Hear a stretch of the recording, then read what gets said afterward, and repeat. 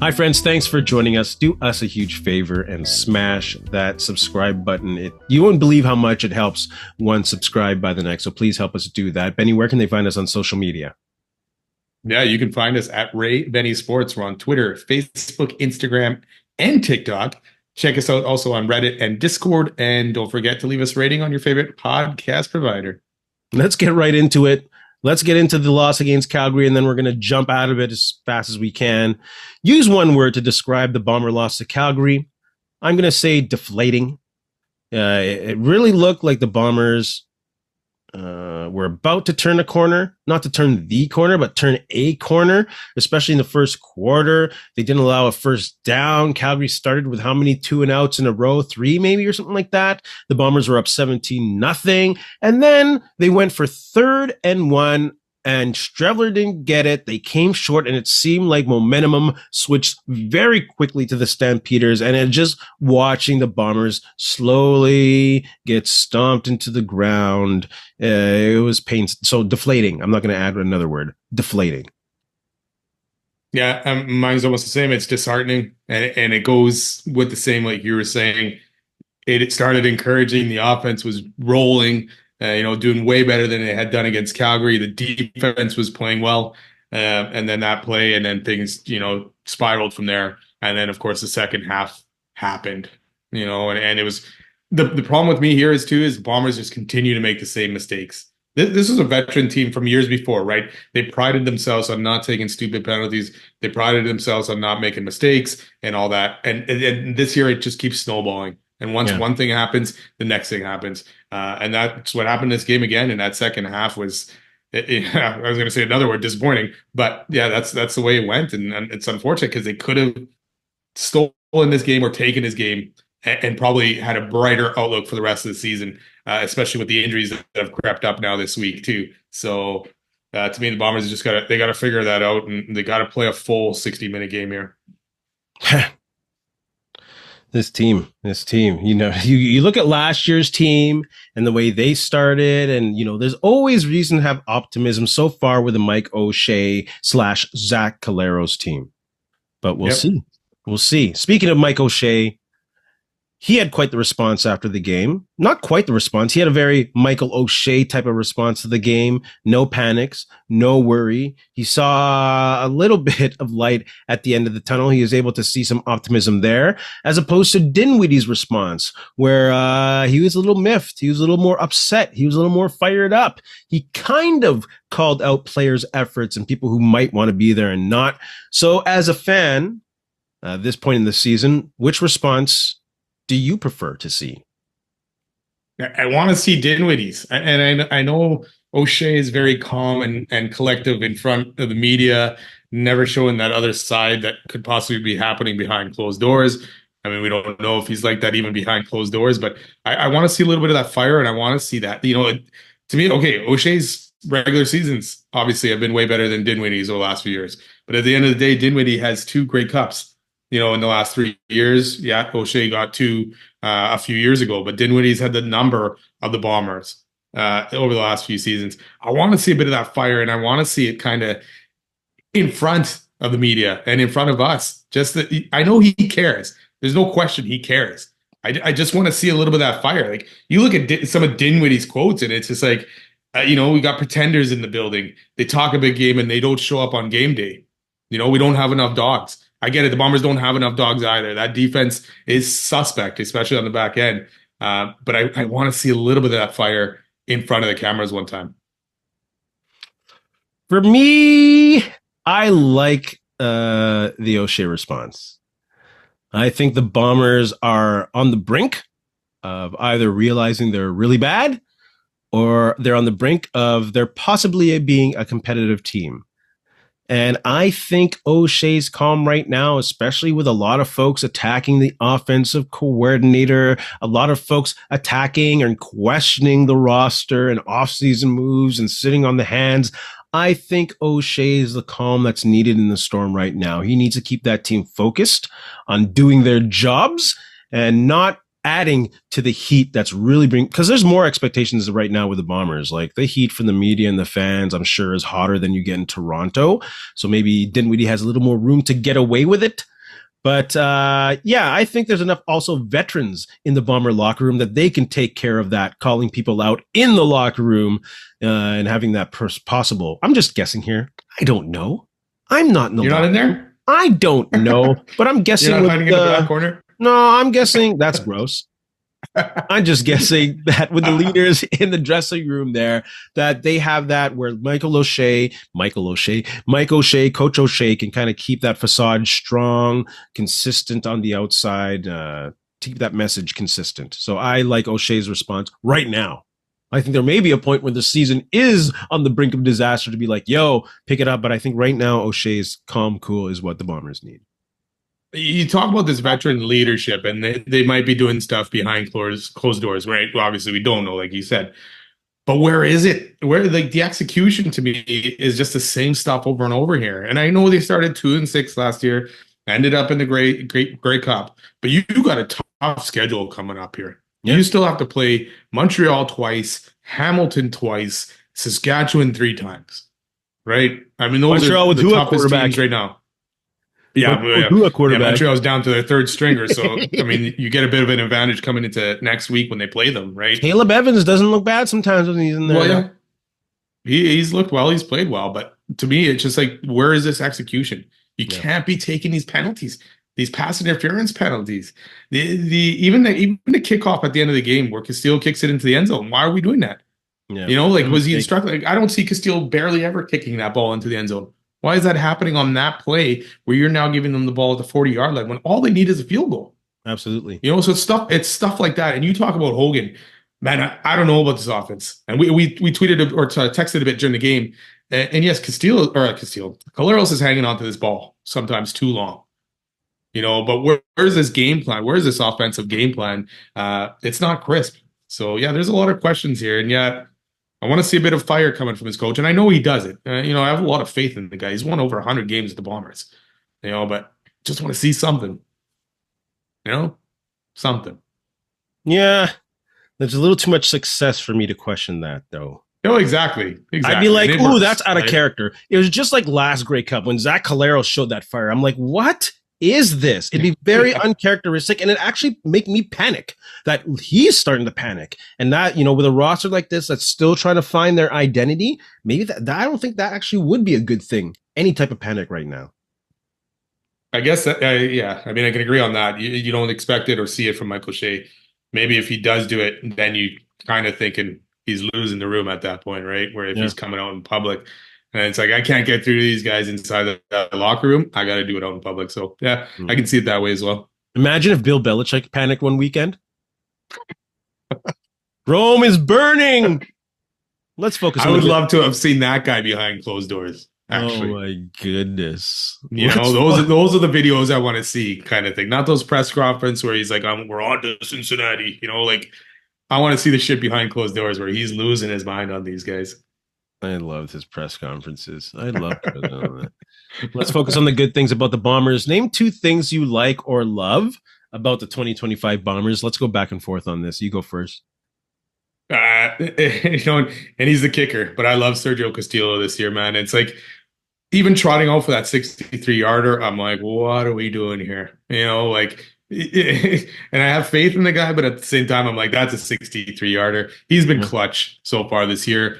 Again, I don't know what happened on that last kickoff, but he's been clutch, and you know, he's been their best player and their most consistent player, really on this team this year. And I hate that it's the kicker, but hey, man, I have full faith, and I love the way he's playing this year.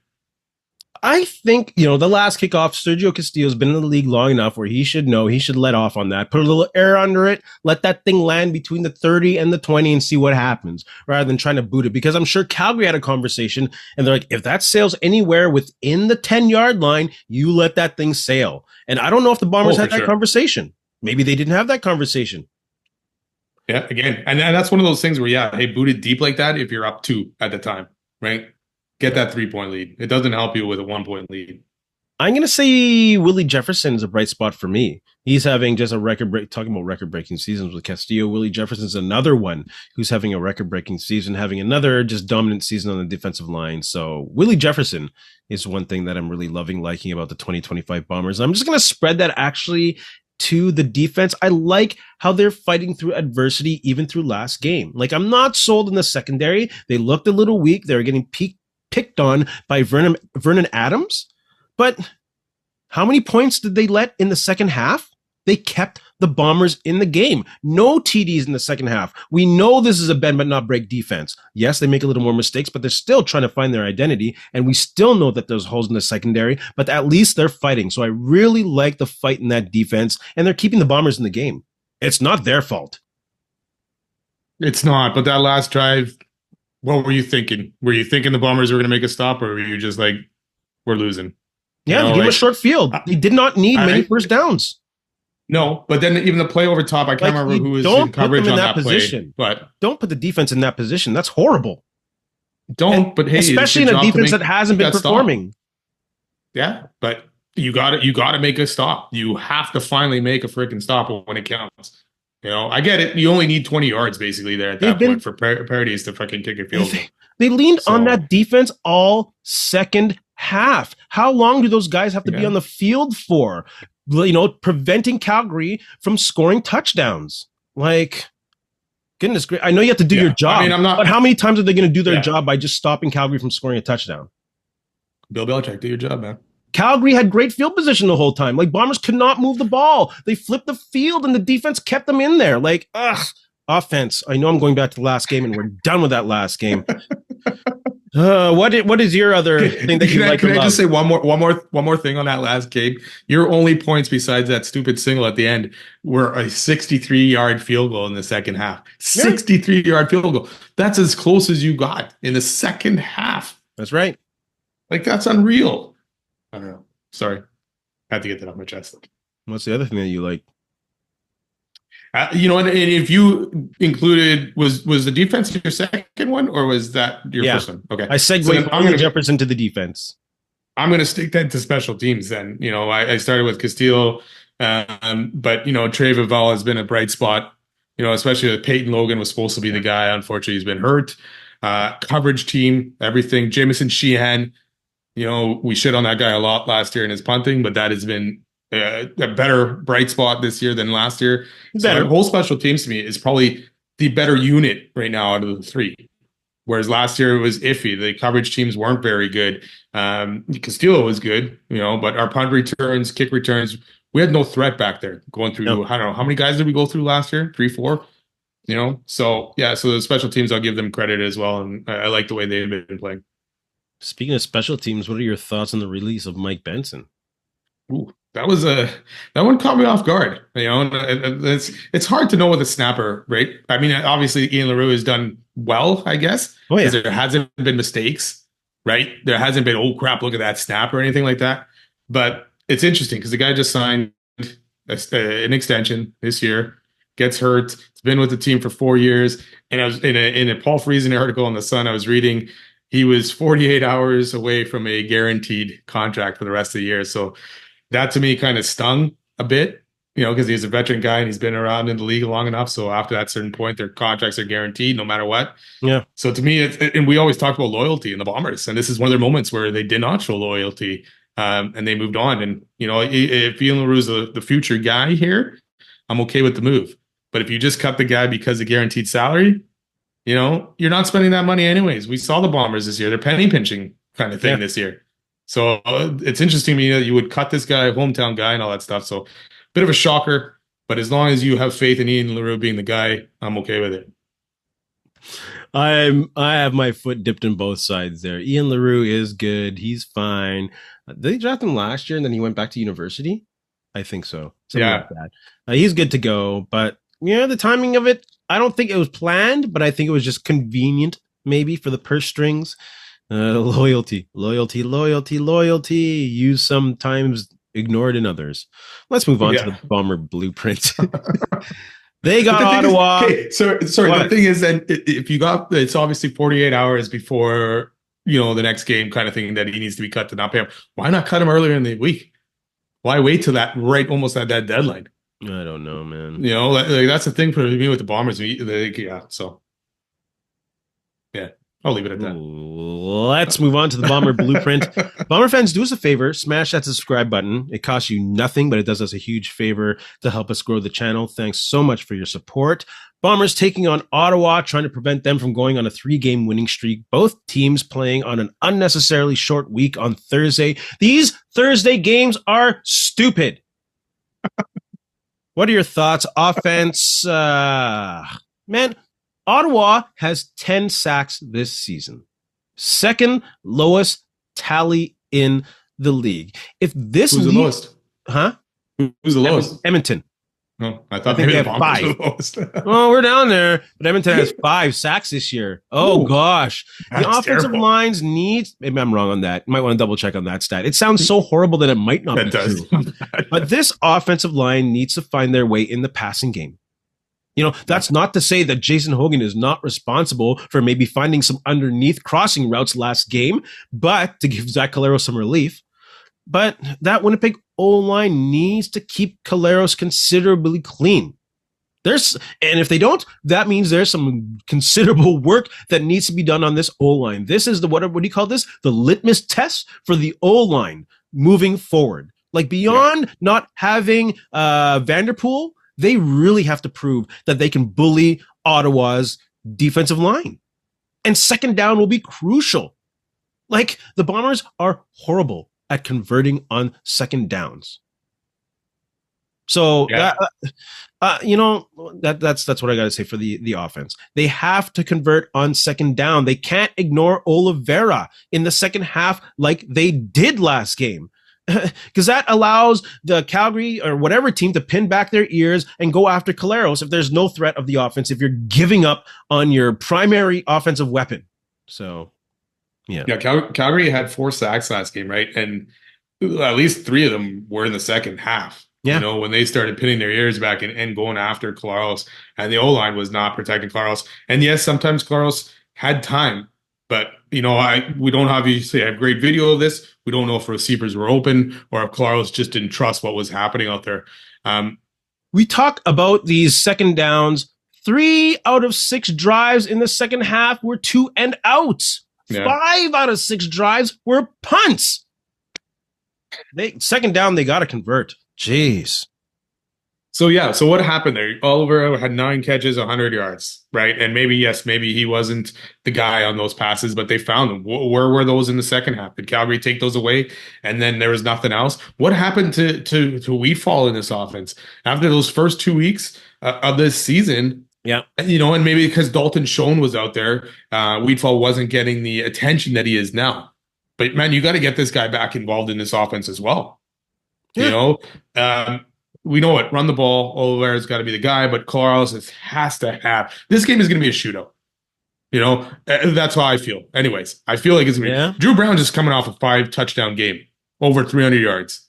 And we're not going to get into this. Don't even say that name. Don't even say that name in Bomber Nation because we know that's the debate, bro. We could bring that up easily, So Zach Claros needs to have a good game. He didn't throw any interceptions last game. But that dud in the second half leaves a bad taste in your mouth. I got a question for you, though. Okay, if this offense falters again this week, is it time to move off Hogan and let Jarius Jackson call the plays? No.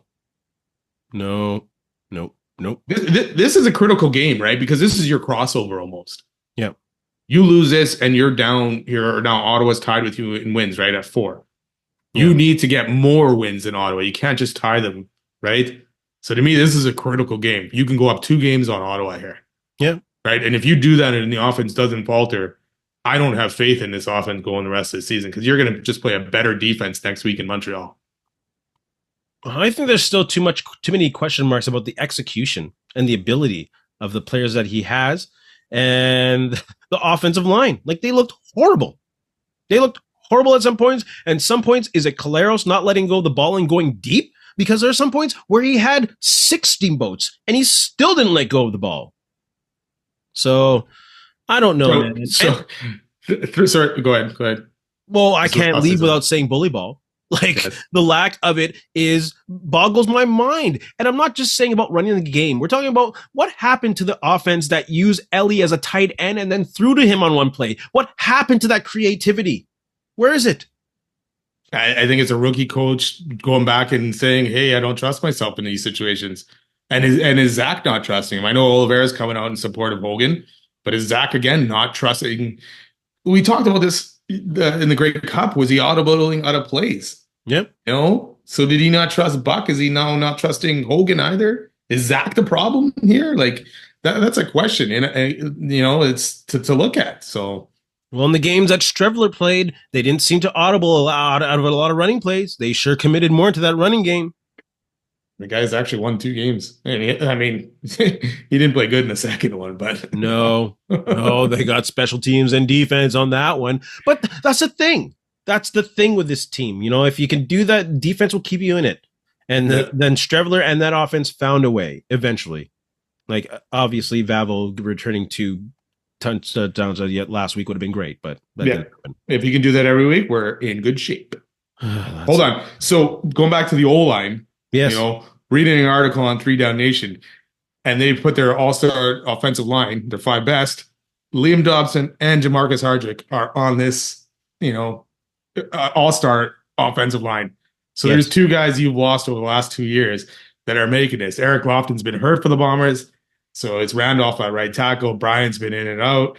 So to me, again, you let 2 guys go. And I know Jamarcus Hardrick got paid, you know, so maybe that was a bit tougher. But the Bombers focused on keeping Lawler shown the offensive stars that year, right?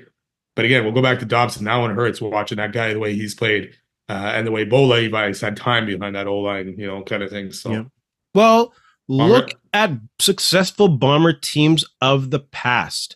You keep your prime Canadian O-lineman forever. Chris Walby, David Black, Von Cognate, what's his name? Lyle Bauer. You keep them until the end and you pay them. Letting go of Liam, I get it. Hardrick has to go. That's how you can't afford Bryant and Hardrick, but you gotta keep an interior lineman like Dobson. Yeah, it's still killing me to this day. We haven't even gone to defense yet. O-line, come on, man. I don't think Hogan needs it. People online saying Hogan needs to be fired. You need to chill the F out. He is learning. Yes, he looks horrible. He's learning and he doesn't have help. It's not like he has a 2019 team going from La Police to Buck Pierce, 2021, I guess. Like, he doesn't have that convenience. He's lost a lot of good pieces. So stop with this firing Hogan right now. I don't think that's fair. He's lost a lot of pieces, but the choice to go with a rookie OC may need to be questioned, right? At the end that's of the season, that's not on him again. That part's not on him. No, not at all. You gotta hold on to him. Yeah. And hope that Jarius Jackson also consult and help with that running game, because he was very successful in Edmonton with their running game when he was calling the shots. Yeah. Are we on to defense yet? Not yet, but let's go. Wow. What are your thoughts on defense? That was crazy. Like the offense was a little troublesome last week, wasn't it? Drew Brown looked awesome last week, right? So, and we've seen this Bomber offense get steamrolled a little bit, right? Caused some turnovers. Where are the turnovers? Yeah. No forced fumbles, really. You haven't had 4 or 5 interceptions, I think, and nothing lately. This defense has to get into Drew Brown's face, and Willie Jefferson needs to cause havoc, and then the guys in the back end need to make some plays. We need some more turnovers. We need guys to step up, get some pressures, make a stop, really, when you need it, and no more explosive plays. Yeah. Make Ottawa earnest. You got Eugene Lewis coming in and some other very good wide receivers here for Ottawa. Gino LeGrand. This is gonna be a tough game. I'm not gonna pin this one necessarily. Like, obviously, I want the defense to play well, but I need the Bomber offense to actually be better and win a shootout in this game. But yeah, the D's they gotta make a stop, because Drew Brown and the Ottawa offense is gonna score. Yeah. Like, if I go off their performances in the past few weeks, and not past few weeks, past couple of weeks and such, if they can keep them to touchdowns, I'll be happy.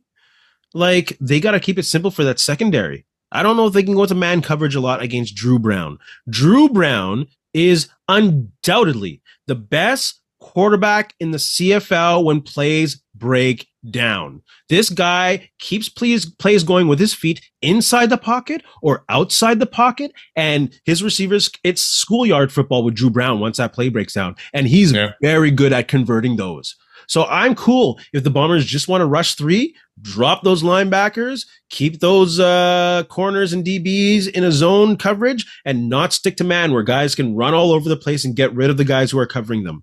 Like, keep it simple for that secondary. Play a simple secondary. Let Drew Brown slowly find those reads and keep him in the pocket. I'm very happy with that because they can't let that guy start improvising like Doug Flutie did back in the day or Damon Allen. Yeah, and you got Trey Vival starting this game, rookie back there. So that's, I mean, we'll talk about special teams right away. So that's going to affect his possible return game. And then you got Dexter Lawson, who looked okay against Calgary, who's now going to start his second game of the season. Yep. You know, so you got your 2 outside guys are going to be picked on, right? Absolutely. They're not going to go after Evan Holm or Dietrich Nichols, but they're going to go after those outside guys and test them early and see what they can do. See, so if they let the linebackers kind of patrol the middle in the zone, that'll allow Evan Holm and Dietrich Nichols to kind of peek an eye out in the corners, give them a little help, and hopefully Reda Kramdi, who I think is playing very good at safety. I think a few years ago I wanted to see him at safety. Shoot, he's doing all right. He's doing all right. Still giving up big plays, though. Yeah, isn't he supposed to be the guy? Yeah. There's one safety on a CFL field. This is not a small NFL field with 2 safeties. That's not fair. That's not fair. I'm not blaming him. But that safety, man, I don't know, pseudo Brandon Alexander at this point. Oh, he's great at laying those, man. Special teams? Yeah. Or defense. Your turn for defense?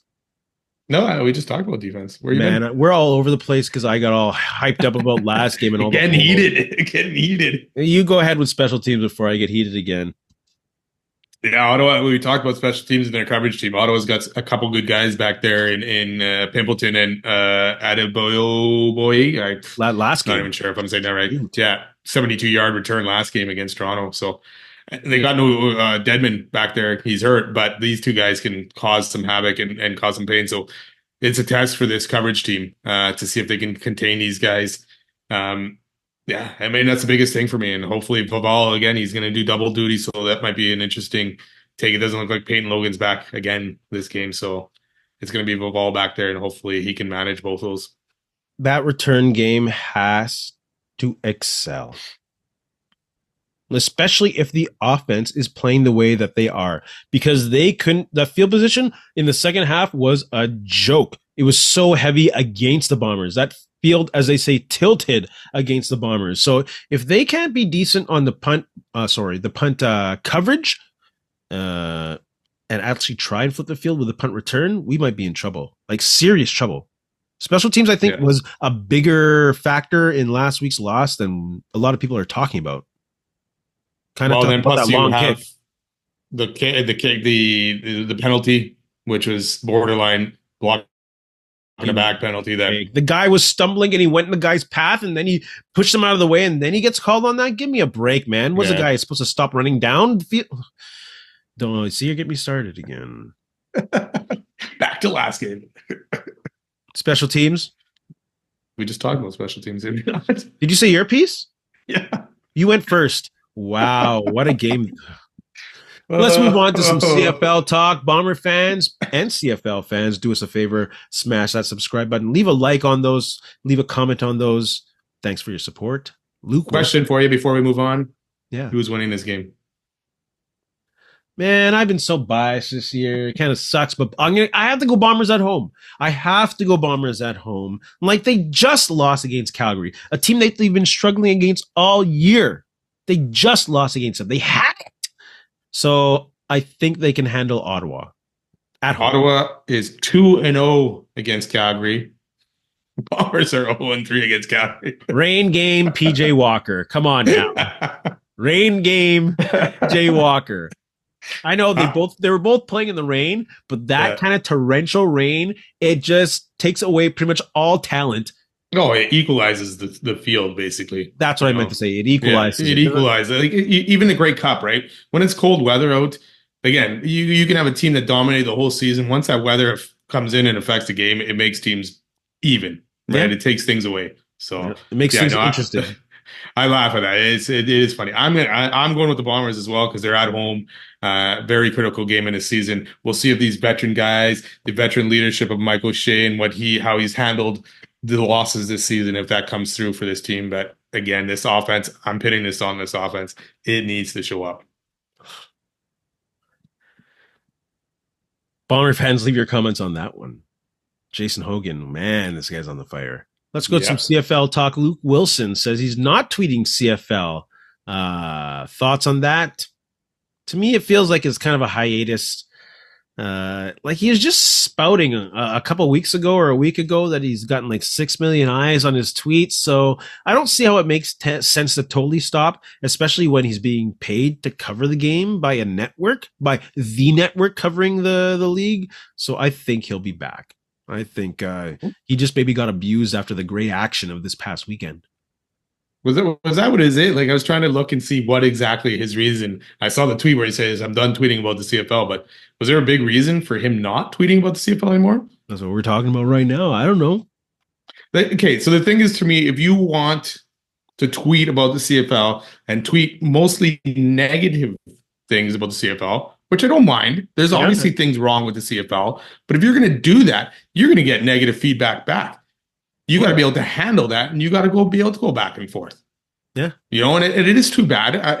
I don't agree with everything he says, and obviously a lot of people don't. Some people do, but you have to have that back and forth, and it is good for the league to have this guy talking about the CFL, whether he is talking good things or bad things. Right? You got Milt Stegall, you got Davis Sanchez. Also, they just started a podcast, I believe, too, you know, that will help the league. But those guys are more, they will point out bad things about the CFL, but they will point it out in a good way, right? Whereas Luke Wilson will go, oh, that sucks. You know, Milt will have a bit of reason and all that stuff. So I think you need this guy. And if he is working for TSN, he should be tweeting about the CFL. Right? You can't have him working there and not tweeting about the CFL and saying, "Hey, I'm done. I'll just do my sideline stuff." So, yeah, not good for the league. Not that it's not good for the league. That's not the right words for it. But you want eyes on the league. And if this guy's bringing it, it's good. Luke Wilson, controversial. Quite the season for him. I know, exciting. Who are you taking as a CFL midpoint, MOP, Canadian, and defensive players of the year? Let's go one category at a time. Who do you got for MOP? Mr. Bo Levi Mitchell. Dude's on pace for over 5,700 yards, 42 TDs, but only 6 interceptions. Only 3 interceptions so far this year, which is crazy. I know there's a lot of guys having good seasons so far, but you know, it usually goes to a quarterback, and that kind of season is pretty good. So I'm going with Bo. Leading the league in yards and touchdown, efficiency at 112. And with the touchdown, was it 21-3? You said 40. Look, my West Coast math 21 to right. That's a 7-to-1 ratio. 7-to-1 ratio. Yeah, he got crazy right now. Canadian. Yeah. I'm gonna just knock off the Canadian and defensive player with one player. I'm going with Cameron Judge. Top Canadian and top defensive player in my eyes. He's up there in tackles, top 10. Tackles for a loss, he's up there, top 5. He's contributed with sacks and interceptions. He has a pick 6 that we got to see front row at not Canadians, what is that? Princess Auto Stadium behind you there against the Bombers. The guy's just a defensive machine. So Cam Judge for Canadian and defensive player for me. Wow, that's a good one. I went the easy route on Canadian, and I went back to quarterback and went back to Nathan Rourke. Up and down season, but he's on pace for 4,600 yards. But I like your pick better. Sorry, bro. I'm going to agree with you on that one. I went Tyrese Beverett on defense. Guys had, a couple sacks, interception, 2 forced fumbles so far this year. Has been a force inside that Montreal defense. But those stats you laid out for Cameron Judge, pretty good. They're pretty impressive. He's having a good season. Shout out to Cameron Judge. Yeah, dang. Sure. CFL fans, who is your mid-season CFL MOP, Canadian, and Defensive Player of the Year? Don't worry, Bomber fans. We'll get to their halfway point grade, whatever special, when they hit the 9th game, which will be against Montreal. Correct? Oh no. Yep. That's No, yes. this Yes. one after Ottawa. Yes, that's 4-4 right. right now, right? That's right. So Yeah. next week we're doing the mid-season grading. Don't forget to hit that episode up. I'm gonna start writing. Ooh, that could be interesting depending on what happens tomorrow. Oh gosh. With news of the joint CFL NFL officiating programs, what grade are you giving CFL officials at the halfway point of the season? The less you hear about the officials, the better. And I've been hearing nothing about them all year so far. That's crazy. Like there are a couple things like that, whatever, blocking the back. Walking the back. Yes, that's kind of like borderline, but a lot of these reviewed calls have been borderline. So Yeah. I'm going to give them a B plus. I can never give refs an A. You know me, and referees don't have a good relationship at all. So I'll give a B plus, and they should be thankful. Yeah, I'm with you on that relationship. When I played soccer, most of my yellow cards were from arguing with the referee. They weren't actually for infractions on the field. They were just because I couldn't stop talking. Of course. Yeah, I agree. Like last year was a gong show, right? It was a gong show on the field. It was a gong show in the booth. The reviews, everything was going to shit. Like I would have gave him an F last year. I'll give him a B this year. And like you say, there hasn't been a lot of controversy. There hasn't been a lot of, oh, what the hell kind of call was that? Obviously, there is going to be some here and there in every game, but way better this year than last year. And hopefully, this joint officiating program makes things better for both leagues. Yeah. Because both leagues can end up being a shit show. And to me, the fact the NFL can even have a shit show of referees when you're $1 billion league, like even over billions of dollars league, you should not have an officiating problem. No, not at all. There's no way the CFL should be teaching anything to the NFL about officiating, but they are. They're exchanging ideas. That's a good thing. That's funny. Do you want to change your Grey Cup prediction? You can go. Are you changing yours? Who did you pick again? Yes. I am not convinced the Bombers have the horses to make it to the Grey Cup at home. Of course, I am biased. I'm optimistic that the Bombers will make it. I'll always believe that the chance that, unless there's a last nail in the coffin where they don't make the playoffs, I always will believe in my Bombers. But my brain is telling me that someone else is going to win the West and Hamilton is going to win the East. So I'm going to have to change it. So you picked Hamilton though, right? Hamilton and Bombers. I said the Bombers are going to win again. Right. Yeah. So who are you changing it to then? I want to change it, but I don't know to who yet. But I think Saskatchewan and Hamilton will be in the Grey Cup. Yeah, I mean, I still don't trust Saskatchewan yet because we've seen them free fall. But so far this year, they're sticking on point. We'll see once Labor Day hits or after Labor Day even. I'm going to change mine as well. I mean, I picked Ottawa, and they could come around. Depending on what happens with the Bomber game, they could be in that driver's seat for that third playoff spot. And with Montreal hurting at QB, who knows? But I'm going to switch mine to Hamilton. I'll go with you on that one because they've looked good, and even in their loss to BC last week, they look good. I'm sticking with BC in the West. I think they're going to come on strong to finish out this season, which. I think if the Bombers are making the playoffs at this point, they have to cross over. Yeah. Kind of thing. And they don't do well on the east side of things. So I'm going to go BC Hamilton. Man, something about what's going on in Saskatchewan and not hearing a lot from Corey Mace. I'm like, it's different there now. It's different. You used to hear a lot of things from Craig Dickinson. Corey Mace was all over the media last year, but it's quiet from that office. There's something different about Saskatchewan this year. Scary. And not stupidity coming out from the players on the field either. That's right. Right? Not doing anything dumb. And of course, they'll go as far as Trevor Harris. As long as he stays healthy, they got a legit chance. That's the thing. Sure.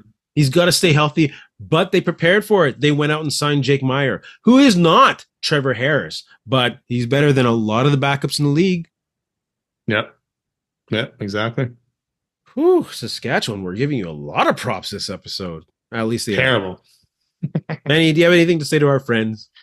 Just thanks a lot for listening. Don't forget, subscribe, follow. Have a good week. And go Bombers, go. Go Bombers, go. Come on, you got to win this one. This is one of those games. I think this is perhaps the game where the Bombers get to show either they're in a process of building or they'll be indicted for the record that they have. A below 500 team. The 2-6 last year, right? This is a game they kind of started to turn things around as well. You know, in that 9th game, getting that big win. Yeah. So, yeah, this is the time where you got to start stringing some wins together. I'm going to sneak another one in there, a little bit of Winnipeg Jets talk. What do you think about this Kyle Connor being traded? Talk going on mostly on X/Twitter, but also in the mainstream media. Why are we now trading Kyle Connor? I mean, the guy's a 40 to 50 goal scorer. Yes. 80-ish points, right? 80 to 90 points. Yes. Yes, I get it. The guy all-around player is not what a lot of people want him to be. Not everyone needs to be that guy. He is a sniper. If we lose those goals, who's bringing them in? Are we banking on the younger guys? And even the trade, who are you trading him for? You have to get guys that are going to want to come here.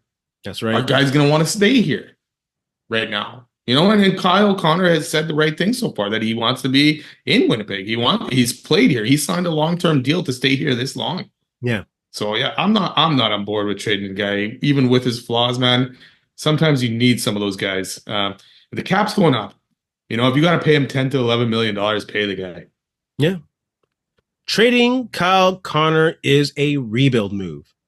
The Jets are in a window to win a Stanley Cup. I don't know who's talking about trading Kyle Connor, who these idiots are that are dependent on statistics or whatever, that they're going and thinking that this is a good idea to trade this guy, but y'all need to shut up. That's a horrible idea. That's a dumbass idea. Yeah, you've just lost Nick Ehlers, so you've lost some goal scoring there. That's right. You know, and a lot of things are draft and develop deep. Well, this is the guy you drafted, Kyle Connor. Started with the Moose, came up to the Jets. This is the type of guy that this organization is built for. Why do you want to get rid of him? Because he doesn't play defense well? Yeah.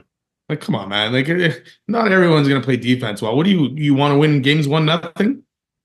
Exactly. Who's scoring those goals? I don't know, man. Sometimes with this, the fan base and all that kind of stuff with this team, it's like you're not gonna. What do you want? I don't know. You're not finding perfect players everywhere. You know, I don't know. Let's just say, like you said it before, some of these analytics people are stupid. They get on their thing and they go off on, hey, this is a good idea because the numbers say so. Shut your mouth. You're not considering how the locker room is built. You're not considering Kyle Connor's place in the Jets. You're not considering perhaps Kyle Connor wanting to win a championship in the next couple of years. Like, this analytics talk is stupid. And this is not the first time I've gone off on analytics. I'm not a fan of these guys or girls. I don't know who's doing them, but I'm not a fan. Yeah, it's not the end all and be all of something, right? You have to combine the two of them. You can look at analytics, you can look at play on the ice, you can look at goal scoring. All that stuff has to factor in, right? It's not just one or the other and saying, oh, this guy's not good at analytic stuff. Let's get rid of him. Analytics is good for baseball and gambling. Oh, now you're opening up a can of worms. I'm not lying. That's going to be interesting out there. I'll put that on X soon. Benny, anything to say to our friends again? Just to remind them? Keep listening. Keep listening. In the meantime, have a good one. Say it. Yes. Bye. In the meantime, have a good one. Between time, that's it. Another edition of Ray and Benny Talk Sports. That was the dirtiest ending ever. Hey, friends and neighbors, don't forget to check us out online on Facebook, TikTok, Instagram, and Twitter at Ray Benny Sports. And don't forget to check out our YouTube channel. Leave a like, leave a comment, tell us what you think.